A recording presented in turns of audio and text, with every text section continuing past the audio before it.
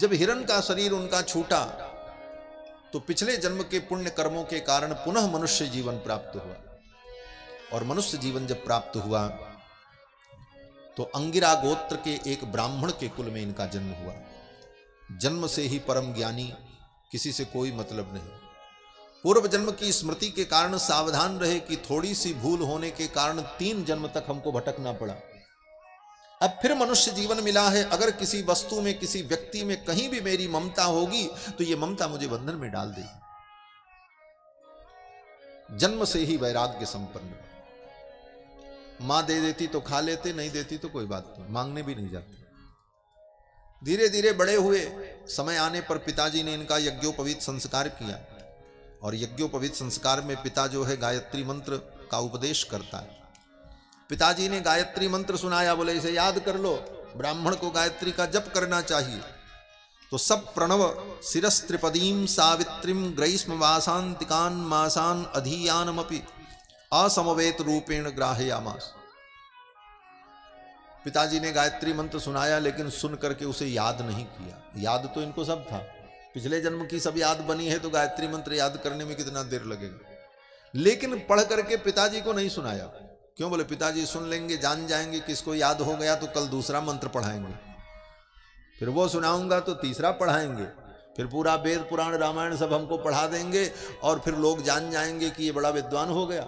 फिर लोग बुलाएंगे, आओ मेरे यहाँ यज्ञ कराओ, मेरे यहाँ पूजा कराओ, ये कर्मकांड कराओ, वो विधान कराओ।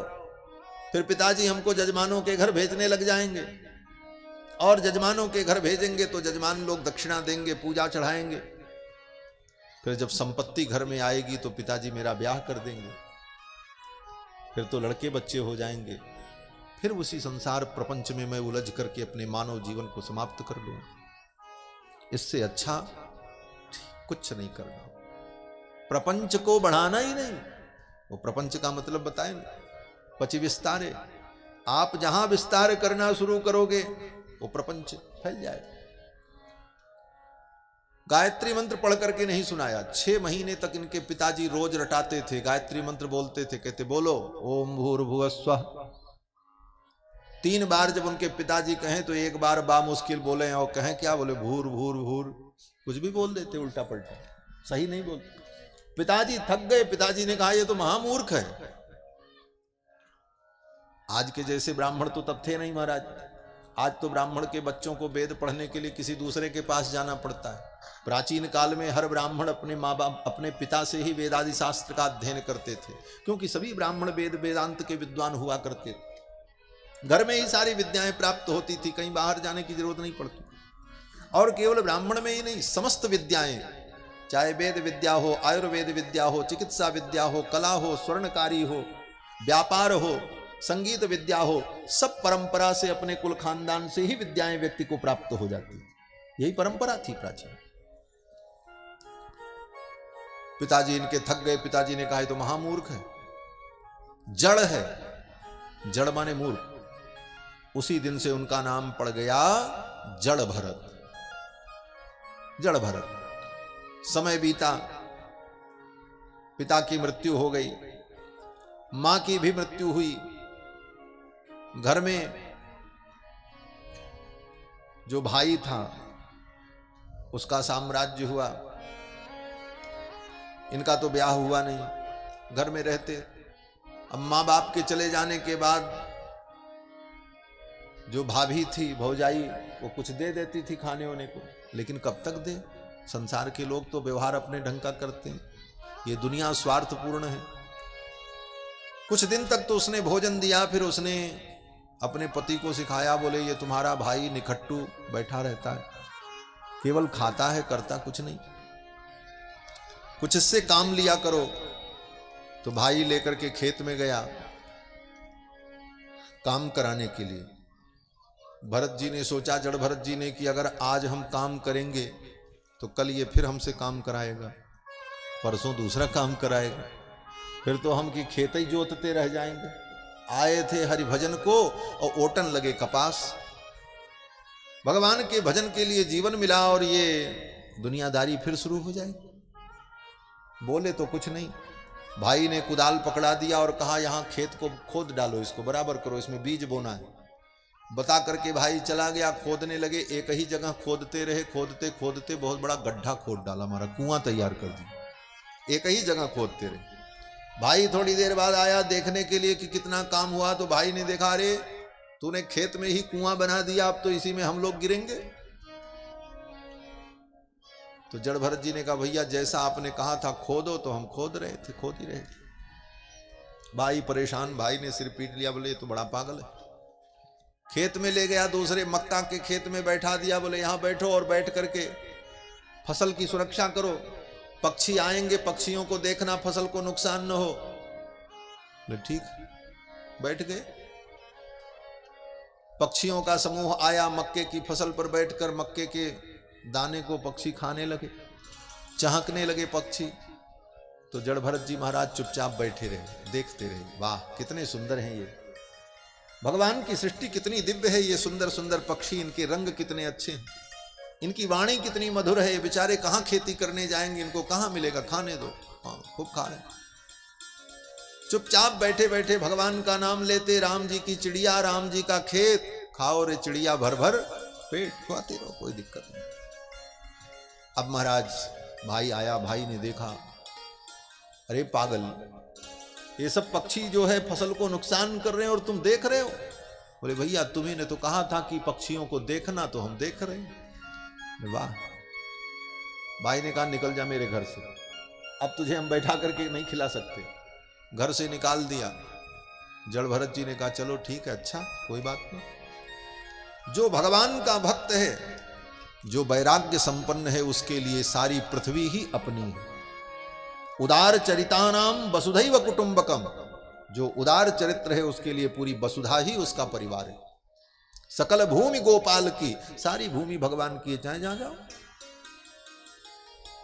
और जब तक तुम मानोगे कि इतना ही मेरा है, तो फिर वहीं रहोगे, और मानो तो सारी दुनिया तुम्हारी है।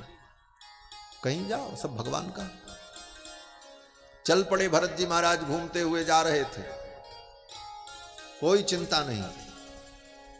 रास्ते में जंगल पड़ा, जंगल में कुछ डाकू थे। उन डाकुओं का जो सरदार था, वो कई दिनों से देवी की पूजा कर रहा था, भद्रकाली की।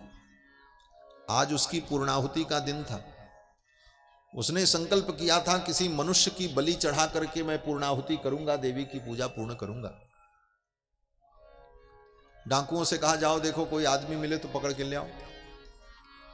जड़ भरत जी आ रहे थे, पकड़ लिया डाकुओं ने, लेकर के गए, देवी के मंदिर के सामने खड़ा किया, स्नान कराया, लाल रंग के कपड़े पहनाए, लाल रंग का चंदन लगाया, अड़हुल के फूल की माला पहनाई, और अपने तांत्रिक मंत्र क्राम क्रीम क्रोम क्राम जो सब मंत्र होता है, सब मंत्रों का उच्चारण किया उस डाकू ने। उसकी प्रक्रिया को और विधि को देख करके जड़ भरत जी जान गए कि ये हमारी बलि चढ़ाएगा। ज्ञानी थे, पिछले जन्म का सब कुछ उनको स्मरण था, वेदादि शास्त्र का सब ज्ञान था, परमहंस थे, जान गए, लेकिन विरोध नहीं किया। चलो शायद इसी प्रकार मेरी मृत्यु लिखी होगी तो कोई बात नहीं, मैं भगवान का स्मरण करता हूं। भगवान का स्मरण करने लगे और चुपचाप खड़े रहे। वो डाकू अपना सब मंत्र पढ़ रहा था, और मंत्र पढ़ने के बाद डाकू ने जब अपनी तलवार उठाई मारने के लिए, तब तक सामने जो भद्रकाली की प्रतिमा थी, भगवती दुर्गा की प्रतिमा थी, उस दुर्गा की प्रतिमा में तड़ाक की ध्वनि हुई और प्रतिमा बीच से फट गई। श्री सुखदेव भगवान कहते हैं, तदुपलभ्य ब्रह्म तेजसाति दुर्विषहेण दंदह्यमानेन बपुसा सहसोच्चाट सैव देवी भद्रकाली। भद्रकाली की प्रतिमा फट गई और भगवती भद्रकाली प्रकट हो गई और तलवार छीन लिया उस डाकू के हाथ से, और उसी तलवार से डाकू के मस्तक को काट दिया। बाकी जो थे वो भाग गए। जड़ भरत जी महाराज ने देवी को प्रणाम किया और फिर अपने प्रभु का स्मरण करते हुए चले गए। भगवती भद्रकाली ने सोचा कि अगर मेरे सामने इसकी बलि चढ़ेगी और इस बलि को अगर मैं स्वीकार कर लूंगी तो मेरा अस्तित्व समाप्त हो जाएगा। ये भगवान का परम भक्त है और भगवान के भक्त की मैं बलि स्वीकार करूं, भगवान मेरे अस्तित्व को मिटा देंगे। ये जितने देवी देवता हैं ये सब भगवान के सेवक हैं, और भगवान के भक्त का अनादर अगर देवता भी कर दें तो देवताओं का भी कल्याण नहीं हो सकता। महाराज भगवान के कोप का भाजन बनना पड़ेगा। इसलिए भगवती भद्रकाली भी प्रकट हो गई और भद्रकाली ने प्रकट होकर के उस डाकू को ही मार दिया। डाकू पूजा कर रहा था इसलिए कि भद्रकाली मेरे ऊपर प्रसन्न हो, लेकिन जड़ भरत जी ने काली की पूजा नहीं की थी। लेकिन काली किसके ऊपर प्रसन्न हो गई? बोले जड़ भरत जी पर प्रसन्न हो गई, डाकू पे नाराज हो गई, जबकि डाकू प्रसन्न करना चाहते। इसका मतलब क्या है? बोले इसका मतलब यही है, बोले जो भगवान की भक्ति करेगा उस पे सभी देवी देवता सदा प्रसन्न रहते हैं। अलग अलग किसी देवता को प्रसन्न करने की जरूरत नहीं है। भगवान की भक्ति अगर जीव करता है तो सभी देवी देवता उसके ऊपर प्रसन्न हो जाते हैं। जा पर कृपा राम के हुई, ता पर कृपा करे सब कोई। उस पे सबकी कृपा होती है। और भगवान की कृपा नहीं तो तुम चाहे जितने देवी देवताओं को प्रसन्न कर लो, कोई देवी देवता तुम्हारे काम नहीं आएंगे। रावण ने सभी देवी देवताओं को प्रसन्न कर लिया था, सभी देवी देवताओं को अपने वश में कर लिया था, चाहे मंत्र से, चाहे तंत्र से, चाहे बल से, चाहे बुद्धि से, चाहे विवेक से। किसको वश में नहीं किया था रावण ने? लेकिन जब राम जी ने कोप किया तो कोई देवता उसकी रक्षा करने में समर्थ नहीं हुई। ये संकेत हनुमान जी ने रावण को पहले ही दे दिया था। लंका में जब पहुंचे तो हनुमान जी ने कहा, लंकेश अभी भी समय है, तुम राम जी की शरण में आ जाओ, अन्यथा राम जी के कोप के भाजन जब बनोगे तो कोई देवता तुम्हारी रक्षा नहीं कर पाएंगे। इंद्रो महेंद्रो सुरनायको वा शंभु पिनाकी त्रिपुरांतको वा। भगवान शंकर अपना पिनाक धनुष लेकर के आ जाएंगे, फिर भी तुम्हारी रक्षा नहीं कर पाएंगे। ब्रह्मा स्वयंभु चतुराननो वा। स्वयं ब्रह्मा आ जाएंगे, वो भी तुम्हारी रक्षा नहीं कर सकते। स्थातुम न शक्यम, वो तुम्हारे सामने, वो राम जी के सामने वो टिक नहीं सकते। इसलिए हे लंकेश, तुम राम जी के चरणों की शरणागति कर लो। रावण नहीं माना। परिणाम बोले कोई देवता रावण को बचा नहीं सके। इसलिए भगवान की भक्ति से सब कुछ संभव है। अनन्य भाव से भगवान के चरणों की भक्ति हो। स्वयं गीता में भगवान कहते हैं, अनन्याश्चिन्तयन्तो माम ये जना पर्युपासते तेषां नित्याभियुक्तानां योगक्षेमं वहाम्यहम्। जड़ भरत जी महाराज भगवान का स्मरण करते हुए चले गए। इसके बाद आगे जा रहे थे। सिंधु सौवीर देश का राजा रुहुगण पालकी में बैठकर कपिल मुनि के पास ज्ञान प्राप्त करने जा रहा था। उसके पालकी का एक कहार बीमार पड़ गया। कहारों ने कहा, पालकी कौन ढोएगा, एक बीमार हो गया। वे कोई आदमी पकड़ लो, सब तो हमारे सेवक हैं, मैं राजा हूं। जड़ भरत जी को पकड़ लिया, बोले चलो पालकी उठाओ। जड़ भरत जी ने कहा चलो, महात्मा ही थे। पालकी में कंधा लगाया, पालकी लेकर के चलने लगे। पालकी लेकर के चलने का अभ्यास तो था नहीं, और नीचे देखते हुए चल रहे थे कि कहीं कोई जीव हमारे पैरों से दब करके मर न जाए।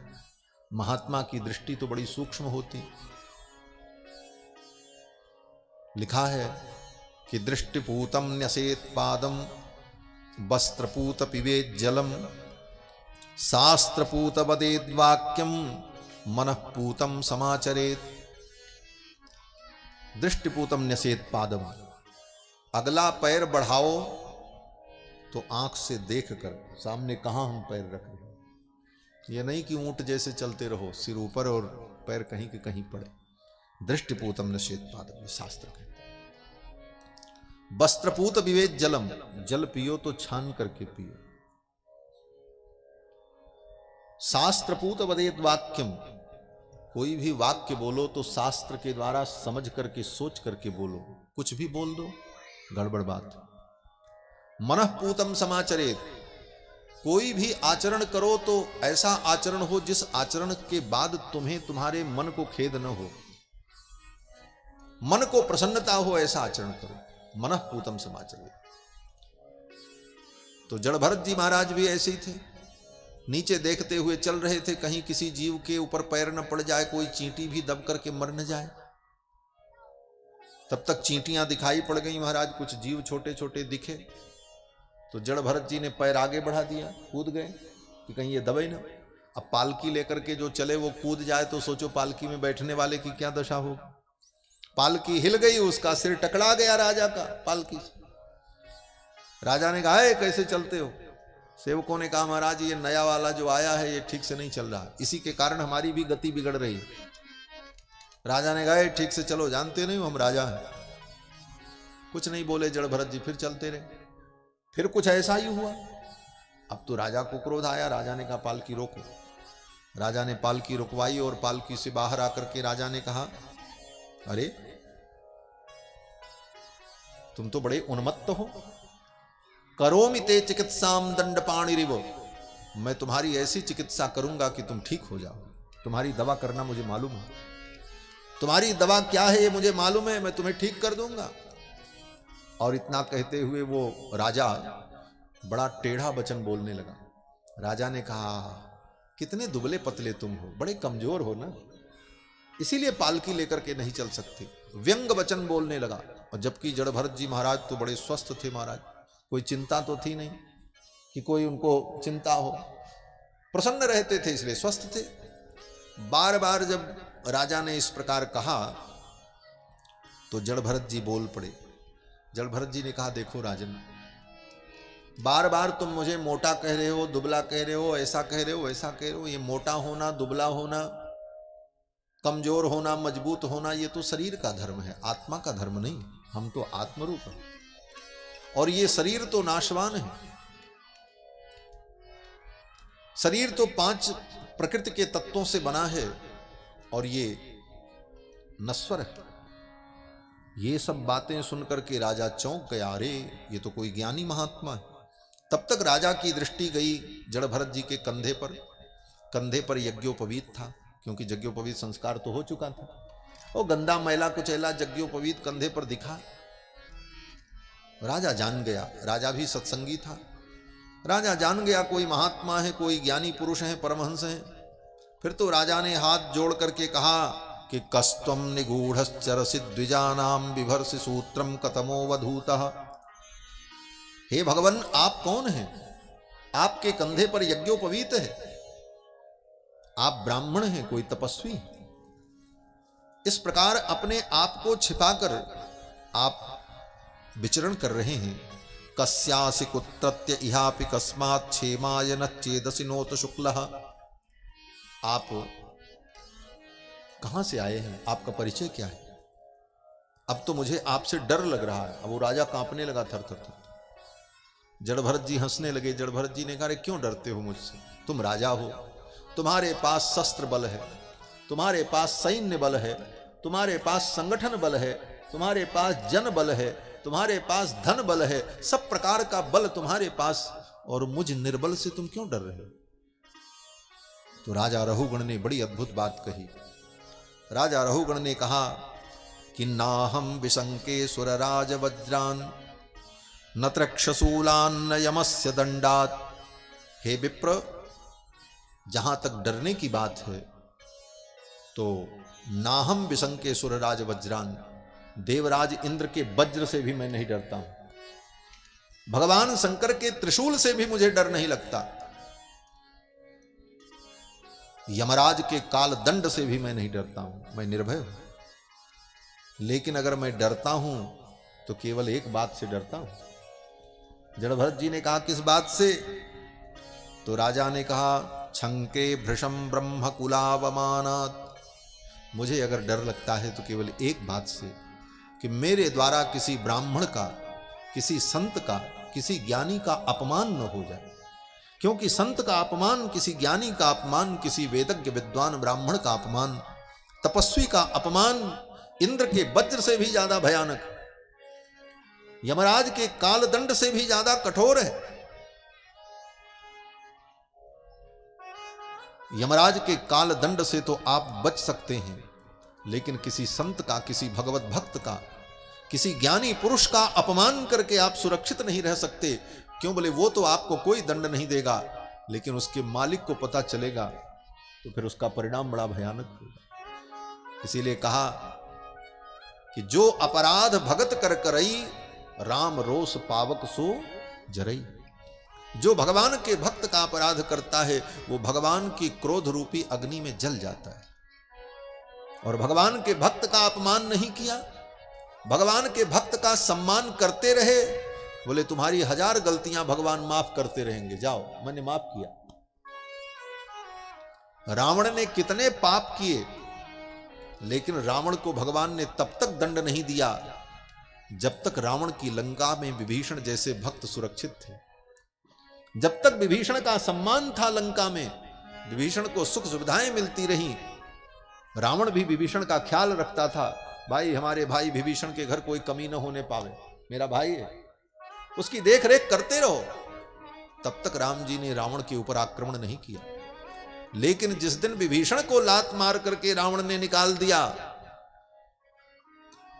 उसी दिन रावण की आयु समाप्त हो गई। गोस्वामी तुलसीदास जी ने लिख दिया, अस कही चला विभीषण जबहि, अस कही चला विभीषण जबहि, आयुहीन भय सब तबहि, आयुहीन भय सब तबहि, आयुहीन भय सब तबहि, आयुहीन भय सब तबहि, अस कही चला विभीषण जबहि, अस कही चला विभीषण जबहि, अस कही चला विभीषण जी ने लंका का त्याग किया, चल पड़े। उत्पपात गदा पाणि चतुर्भिः सह राक्षसैः, 4 राक्षसों को लेकर के विभीषण जी अर्धरात्रि में लंका छोड़ करके राम जी की शरणागति करने के लिए चल पड़े। गोस्वामी तुलसीदास जी ने लिख दिया, अब लंका वालों की आयु खत्म, अब ये मारे जाएंगे। क्यों? बोले भगवान के भक्त का अनादर कर दिया, अब ये नहीं बचने वाले, अब तो राम जी इनको मार ही देंगे। अस कही चला विभीषण जबहि, तो आयुहीन भये सब तबहि, उनकी आयु समाप्त हो। राजा रहुगण ने कहा, महाराज मैं डरता हूं तो केवल इसी से कि मेरे द्वारा किसी भक्त का अपमान न हो। फिर तो जड़ भरत जी ने राजा रहुगण को बड़ा सुंदर उपदेश किया। राजा रहुगण ने पूछा, महाराज आपके जैसा ज्ञान, जैसी आपकी स्थिति है, आपको दिव्य ज्ञान है, ये ज्ञान, ये दशा जीव को कैसे प्राप्त हो सकती है? तो जड़ भरत जी ने कहा कि हे रहुगण, रहुगणैस्तत्तपसा न याति न चेज्जया निरवपणाद् गृहाद्वा, न छन्दसा नैव जलाग्नि सूर्यैर्विना महत्पादरजोभिषेकम्। जंगल में जाकर के तपस्या करने से, बड़े बड़े यज्ञ करने से और बड़े बड़े अनुष्ठान करने से इस ज्ञान की प्राप्ति नहीं होगी। बोले तब? जड़ भरत जी कहते हैं, बिना महत्पाद रजोभिषेकम। ये बड़ी महत्वपूर्ण पंक्ति है, बिना महत्पाद रजोभिषेकम। जड़ भरत जी कहते हैं, जब तक महापुरुषों की चरण रज तुम्हारे ऊपर नहीं पड़ेगी तब तक जीवन में ऐसी दिव्यता नहीं। इसीलिए महापुरुषों के चरण का आश्रय लेना चाहिए।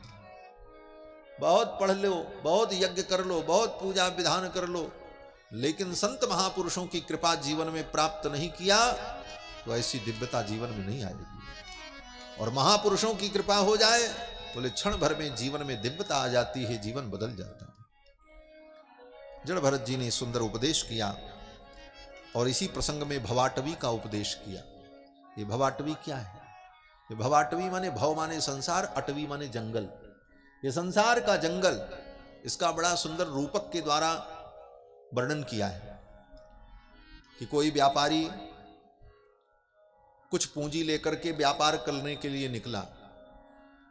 कोई व्यापारी कुछ पूंजी लेकर के व्यापार करने के लिए निकला, उसके पीछे 4-5 चोर लग गए, ठग। बोले रास्ते में इसको ठग लें, और वो सब उसके दोस्त बन गए, साथी बन गए, चलो चलो हम भी तुम्हारे साथ चलेंगे, हम भी व्यापार करेंगे। उसने कहा चलो 1 से 2 भले, सबको लेकर के चल पड़ा। रास्ते में मौका पाकर के सब व्यापारियों ने वो जो अन्य लोग थे वो सब उसका धन लूट लिए। अब बेचारा धनहीन होकर के चला था धन कमाने, पूंजी भी चली गई। भटकता हुआ जा रहा था भूख प्यास से व्याकुल, और तब तक भूख प्यास से व्याकुल जा रहा था पानी की खोज में। देखा एक कुआं, सूखा कुआं था, सोचा इसमें पानी मिल जाए। पानी की लालसा में वहां देखने गया, तब तक उसका पैर सरक गया। घास थी, उस घास में उसे समझ में आया नहीं, पैर सरका और उसी कुएं में गिरने लगा। तब तक उसी कुएं के ऊपर एक पेड़ की डाली लटक रही थी, वो डाली उसने पकड़ लिया। अब डाली पकड़ के लटक तो गया, अब न ऊपर जा पावे न नीचे जा पावे, डाली पकड़ करके लटका हुआ है। भूख भी लगी है, प्यास भी लगी है। नीचे देखा तो उस कुएं के अंदर एक भयानक काले रंग का सर्प फुफकार रहा था, और ऊपर जिस डाली को वो पकड़ रखा था उसी डाली के ठीक ऊपर एक मधुमक्खी का छत्ता था, उसी से मधु टपक रही थी, टप टप। अब भूख से व्याकुल था, उसने सोचा चलो थोड़ी देर मधु ही खा ले।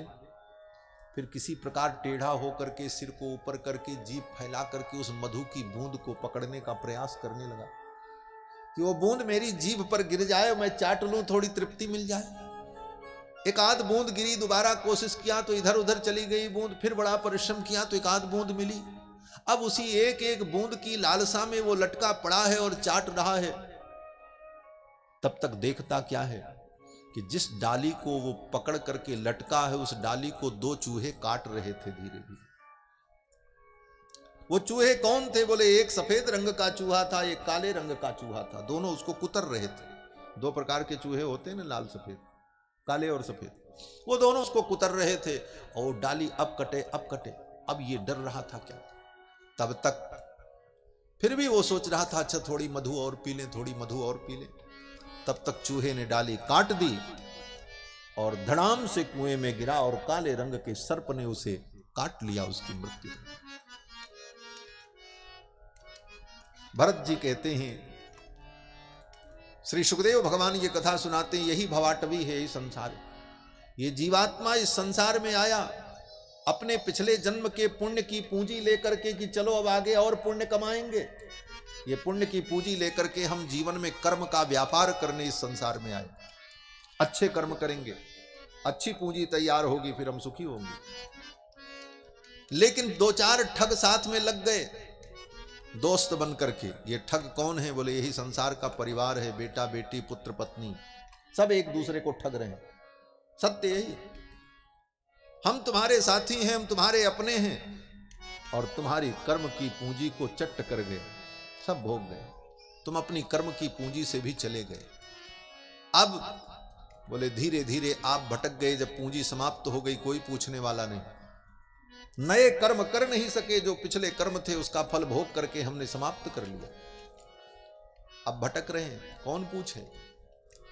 कोई पूछ नहीं रहा। हमारा जीवन में यही होता है, जब तक अपने अंदर पुरुषार्थ है तब तक दुनिया पूछती, जब पुरुषार्थ खत्म हो जाए तो बेटा भी नहीं पूछता। बार बार बुलाओ, रे इधर आओ, बोले अच्छा बैठो आते हैं, बेटा भी नहीं सुनता। यही संसार की माया।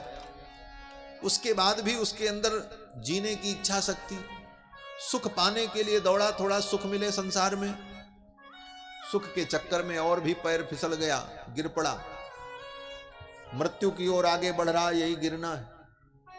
लेकिन आयु की डाली को पकड़ करके लटक गया। आयु बची थी इसलिए मरा नहीं, बुढ़ापा झेलने के लिए मजबूर है।